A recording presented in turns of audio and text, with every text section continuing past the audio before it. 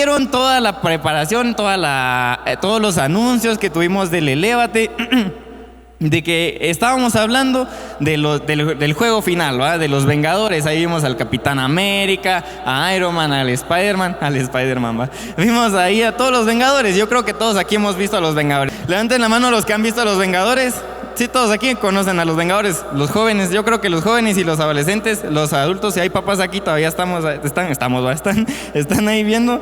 Pero vamos a, han visto que ellos llegaron a la batalla final. En la última película tenían una batalla final, ¿va? Y ustedes vieron toda la preparación que hizo el Capitán América y su equipo para llegar a esa batalla final. Entonces vamos a comenzar nosotros a preparar hoy nuestro juego final. ¿Qué les parece, muchachos? Vamos a preparar nuestro juego final. Así que hoy vamos a ver un poco de la preparación de nuestro juego final.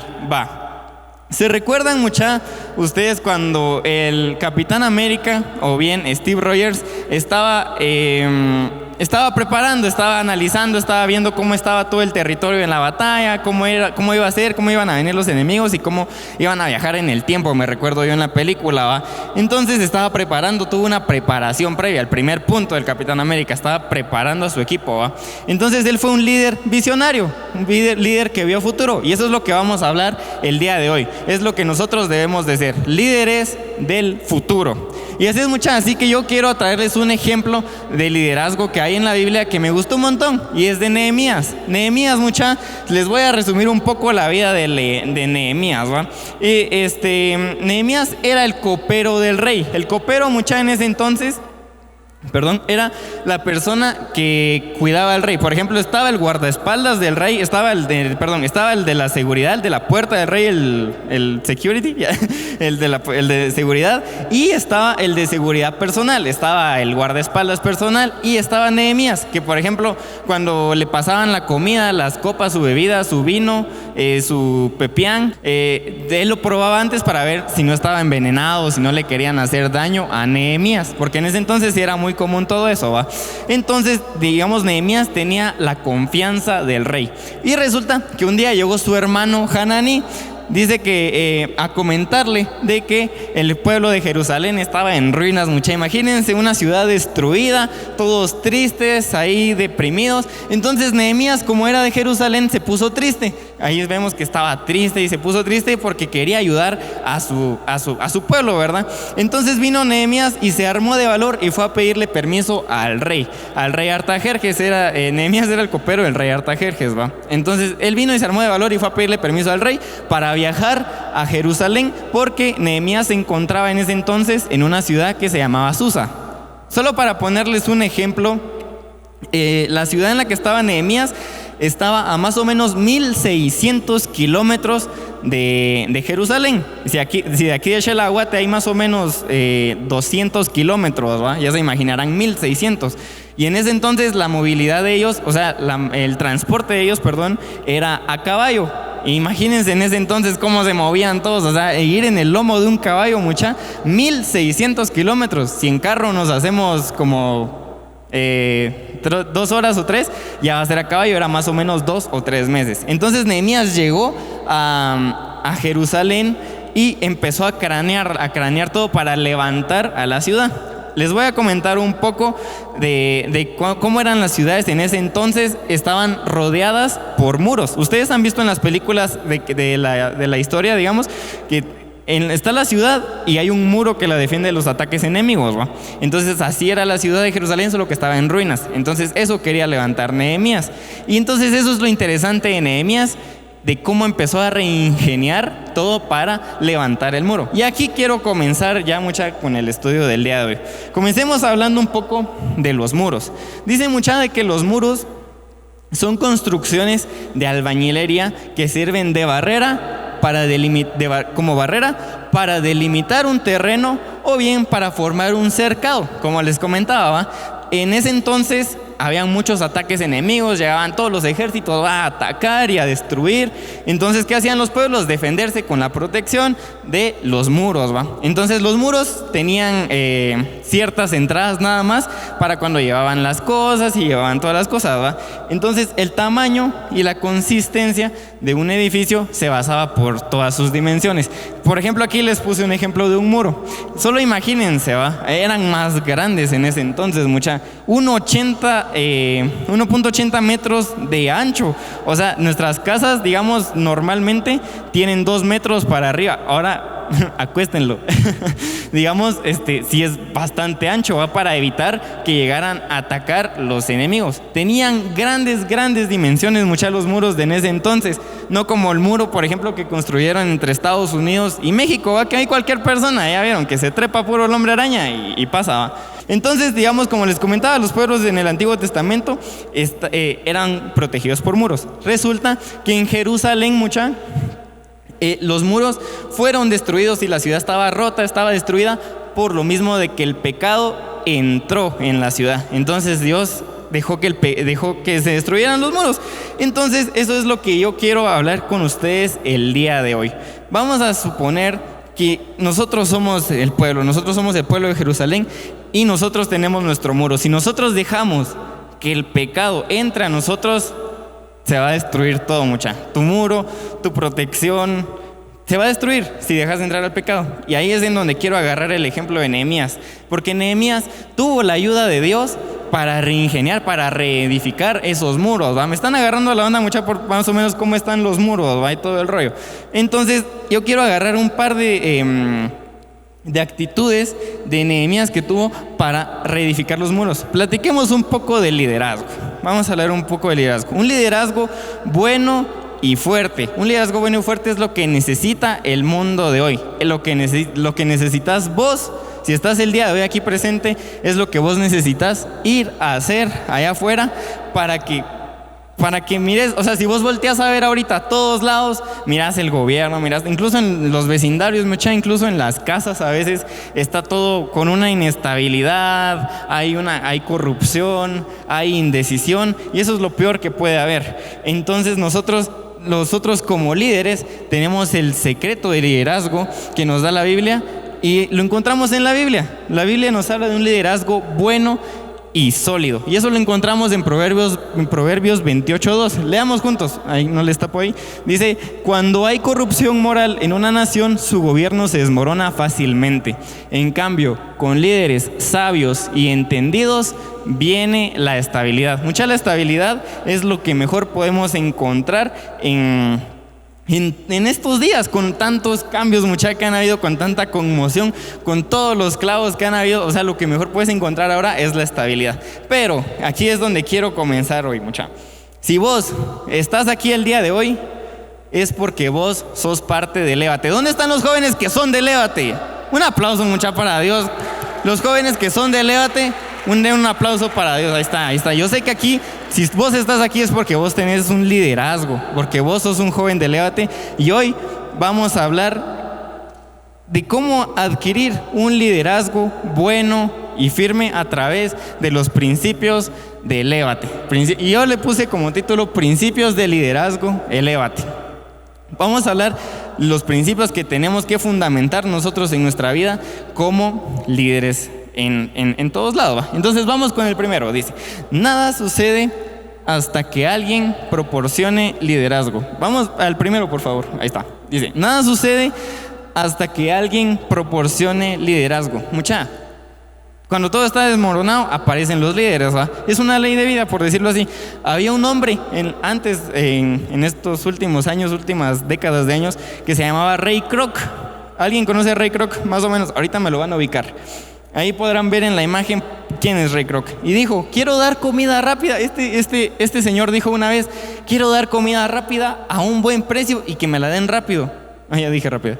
Entonces, que vino él y ingenió la industria de la comida rápida, ¿va? Que es lo que conocemos como McDonald's, ¿va, Y también el programa especial de la NASA, La NASA, los que mandan cohetes al espacio, no hubiera surgido si no es que el presidente de Estados Unidos, John F. Kennedy, alguna vez hubiera dicho: quiero poner a un hombre en la luna en esta última década, ¿va? Entonces tuvo que haber algo para que surgiera un liderazgo. Por ejemplo, cuando en tu familia hay clavos, vos como joven de Lévate, tenés que decir: no, yo aquí tengo que hacer algo. Vas a hacer algo para tomar el liderazgo para hacer algo al respecto, porque todo se edifica mucha o se derrumba según sea el liderazgo que tengamos, el que haya, ¿va? Y mucha, les voy a ser sincero, el mundo de hoy necesita jóvenes preparados, necesita jóvenes con liderazgo que vayan a la escuela, que vayan a la universidad, que vayan al trabajo a demostrar su liderazgo, que lleven a Jesús dentro de ellos, ¿va? Y muchas les voy a poner un ejemplo que está en la Biblia, Por ejemplo, en el libro de Jueces, al principio se murió Josué y los ancianos y se quedó sin líder Israel. Entonces hubieron tiempos en los que los jueces se levantaron, ¿va? Y estaban bien, todo pintaba de que estaba bien, que todo tenía un buen aspecto, y al día siguiente todo para abajo, ¿va? Así era y se repitió. Y por ejemplo en Jueces 21, el libro de Jueces, en Jueces 21-25 termina así, te lo voy a leer. Dice: en aquella época no había rey en Israel, cada uno hacía lo que le parecía mejor. Y así es mucha cuando no hay un liderazgo. Y con eso quiero pasar al siguiente punto, que el liderazgo es influencia. Liderazgo, mucha, en una palabra lo podemos definir como influencia. Vos cuando vas a un lugar, cuando entras a la universidad, a un colegio nuevo, una escuela nueva, a un trabajo nuevo, y miras un grupo de personas, rápidamente sabes, aquel es el líder, ¿va? Aquel Nicolorón, que aquel es el líder del grupo, ¿va? Entonces, cada vez que influimos sobre una persona, nosotros estamos asumiendo un liderazgo. Y por ejemplo aquí Pablo se lo dice a Timoteo, en primera de Timoteo 4:12, dice: no permitas que nadie te subestime por ser joven, sé un ejemplo para todos los creyentes en lo que dices, en la forma en que vives, en tu amor, tu fe y tu pureza. Entonces aquí quiero hacer énfasis en donde dice: nadie te subestime por ser joven. No importa tu edad, no importa si vos tenés 12, no importa si vos tenés 16, no importa si tenés 20, 50, 120. Vos a cualquier edad puedes influir, puedes tomar el liderazgo, puedes ser influencia en una persona. La verdadera pregunta aquí es si sos líder o no. La pregunta aquí es si sos un buen líder, y ahorita vamos a evaluar eso. La Biblia define al líder como una persona que tiene capacidades dadas por Dios a la gran, o sea, que Dios te da esas capacidades, eso es bien chilero. Y la responsabilidad de influir sobre alguien, sobre un grupo de creyentes, de las personas que están a tu alrededor con las que convivís, con el fin de que se realicen los propósitos de Dios para ese grupo. O sea, vos podés ser ese líder. Y con eso quiero pasar al siguiente punto: influencia versus influencer. Vamos a comparar un poco de la influencia con el influencer. Si vos querés saber si en verdad sos un buen líder o no, quiero preguntarte algo y quiero que te respondas esta pregunta ahí en tu lugar. ¿Te sigue alguien? ¿Cuántos conocen a él? ¿Cuántos lo han visto en YouTube, en las redes sociales, en todos lados, en Instagram? Y ¿cuántas personas no hay que copian? ¿Cuánta influencia tiene él? ¿Cuántos seguidores tiene en Instagram? Pero ahora quiero ponerles un contraste. Por ejemplo, en la Biblia, en Juan capítulo 10, versículo 27 y 28, dice, Jesús está hablando, ¿va? Y dice: mis ovejas escuchan mi voz, yo las conozco y ellas me siguen. Les doy vida eterna y nunca perecerán. Nadie puede quitármelas. Jesús está diciendo que Él nos conoce y nosotros lo seguimos a Él. No hay duda que, nosotros como cristianos debemos seguir a Cristo. Él es nuestro mayor ejemplo de influencia. Nosotros tenemos que reflejar a Jesús como nuestra influencia, ¿va? Y hay una frase de un personaje que se llama John Maxwell, no sé si lo conocen, pero me gustó mucho, y dice: el que cree estar guiando, pero nadie lo sigue, solo está dando un paseo. Hay mucho contexto, la verdad es que es muy, muy buena. Pero yo quiero contarte algo. El liderazgo no es cuestión de puestos o de títulos, que aquel lo acaban de subir a presidente, que aquel es un buen funcionario, que aquel no, sino que es cuestión de influencia. Y muchas veces nosotros asociamos el título o el puesto a la influencia, y eso, no tiene nada que ver. Vos lo que tenés que tener para un buen liderazgo es una buena influencia. Vos no puedes forzar a nadie a que te siga, sino que vos, tenés que hacer que tus hechos hagan que te sigan. Vos tenés que inspirar a las personas para que te sigan. El fundamento del liderazgo es el carácter.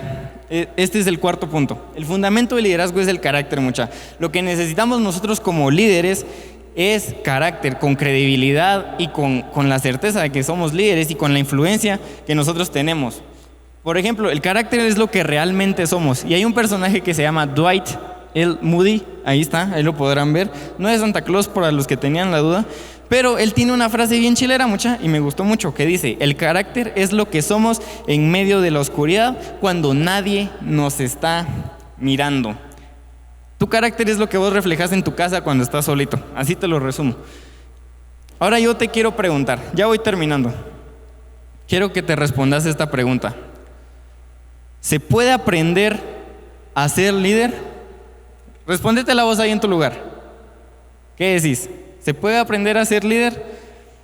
Mucha, todos los que estamos aquí tenemos el potencial de llegar a ser grandes líderes, y quiero hacer no pequeños, no medianos, sino grandes líderes. Y ahí Pablo se lo está diciendo a los filipenses y dice: lo que aprendisteis y recibisteis y oísteis y visteis en mí, esto haced, y el Dios de paz estará con vosotros. Te lo resumo así fácil.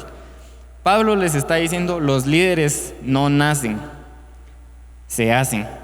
Muchas veces nosotros creemos de que es que aquel porque de plano nació bien pilas, ¿va? Y es el más pilas de la clase porque así nació, sus papás son pilas. Pero no, mucha, no hay líderes natos, se los digo. Solo aprendemos a ser buenos líderes. Entonces, mucha, en la entrada les dieron una bolsita de Legos. Pongan en alto su bolsita de Legos. Todos pongan en alto su bolsita de Legos, quiero ver. Todos tienen su bolsita de Legos, ahí la tienen. Sí, todos conocen los Legos, ¿va? Si los han visto y han visto las piececitas y han visto cómo son chileros. Uno puede construir cosas bien chileras ahí si se pone a cranearla bien, ¿va? Entonces, yo quiero ponerte a vos una dinámica el día de hoy. Saca los Legos, sacalos de la bolsita, ponelos en tu mano. Ahí hay una tarjetita y ahorita te voy a decir qué vamos a hacer con la tarjetita también. En tu casa, más al rato, vas a escribir tu nombre en la tarjetita. Ahí dice Muralla D, pones tu nombre, lo escribís. Ya todos tienen los Legos en su mano, va. Hoy aprendimos que en el Antiguo Testamento los pueblos tenían muros para ser defendidos de los ataques enemigos.